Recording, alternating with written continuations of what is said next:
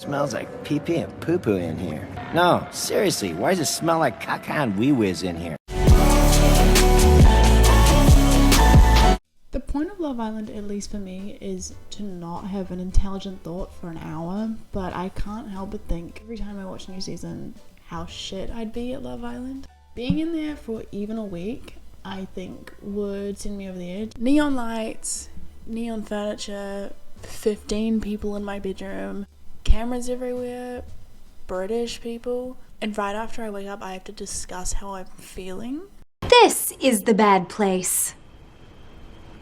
Love Island is a reality TV show that was originally filmed in the UK but now has spin-offs in America, Australia, France, Spain, South Africa, and more. Love Island is also a show that people apply for, so they willingly put themselves through that, and the only criteria really is that you have to be hot, but if you are really keen to go on, sometimes the casting director makes some questionable decisions, so I do think anyone has a fair shot. I also request, just as a little side note, that the casting director does more misogyny checks because they've received 2 complaints from Women's Aid so far. The first time was because a contestant was gaslighting and manipulating women, and the second time was because they invited the same guy who gaslighted and manipulated women. Talk about unemployed. The aim of winning Love Island is pretty much to find a partner, which is actually quite difficult to do in that pressurized environment, in my opinion. Sorry. But also the show is just so mindless, everything they say is just so unsubtle. I try not to act too high and mighty about casual dating because I haven't been casual dating in 2 years. It's just not my realm, but I cannot believe the sheer amount of people that think they need a test to see if they really like their partner. I always thought that was a given. The show runs for about 10 weeks, so you really do get to know these people. You do start to form bonds with these people, and a lot of them come out with large social media followings, and it's ultimately down to the fans in the end who wins the $50,000 prize. As much as I would do the opposite of thrive in Love Island, that does actually sound pretty sweet to me. The thing that really gets me every episode, regardless of how boring and filler it is the fucking soundtrack. I break Love Island music down into 2 categories. The first one is Mulhalsey music, and the second one is Imagine Dragons music. Where are you? And I'm so sorry. Even the most brilliant, visually stunning, time-consuming show to make will always have a budget, Love Island included. One way to save money during your music budget is to record covers. If you want to use songs that you really like, you should record a cover. And if I've learned anything from this show, it's that your covers don't even have to be good. No one's paying attention, right? Wrong. You're in my video now. Things would be working out, if I'm completely honest. It's madness. Cursive singing is really, really hard to explain to someone who goes outside, has hobbies, doesn't look at the internet. But it most often appears in indie music. Usually happens when musicians don't really think that their natural tone in their singing voice is very interesting to listen to, so they put on a new tone that isn't natural to them. To that I say, maybe give it a few more years to develop your natural sound. I would rather that than listen to a whiny baby. Cursive singing really, really bothers me.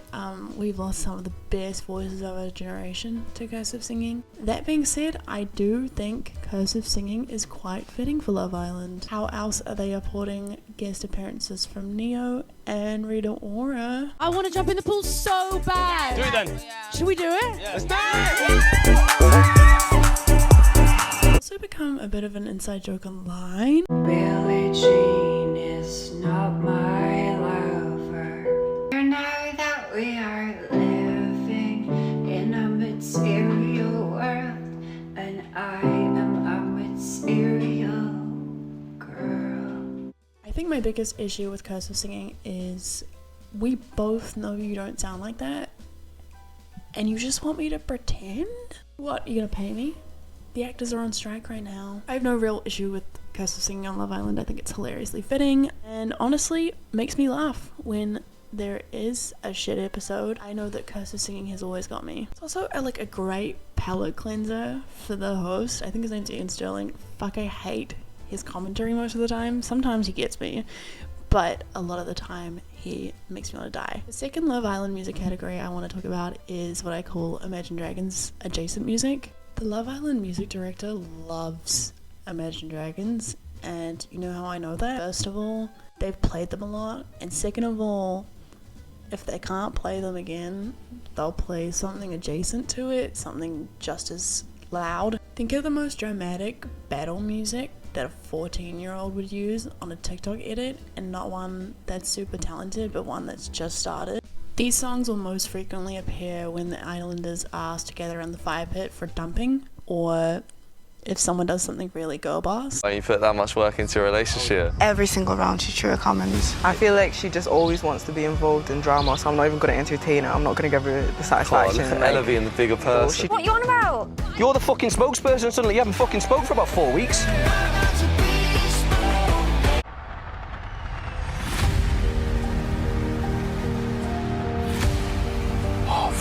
If you start watching Love Island for any reason after this video, let it be the music. The dramatic music, the sad music, the sequence music. Because you can tell they're aiming for like a really broad range of audiences as well.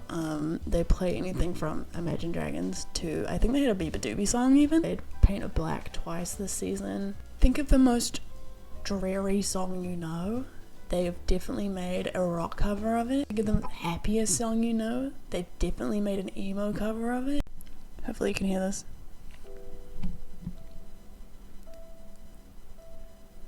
I'm sorry. I'm a Barbie girl. Okay. In a Barbie world. Far out. Life in plastic. Let's try this one. Let's go to the beach each. Let's go get away. I don't even know that song. Okay, that's all I really have to say. I didn't want to make this too long because it's not that deep. I watch the show, I laugh, the end. If you want me to talk about any other reality TV shows or anything else about Love Island, let me know. I'm always down. Subscribe to my channel. I am trying to beat Mr. Beast in 6 months and I am not on track. Like the video if you like videos and comment something kind of shit. Bye guys.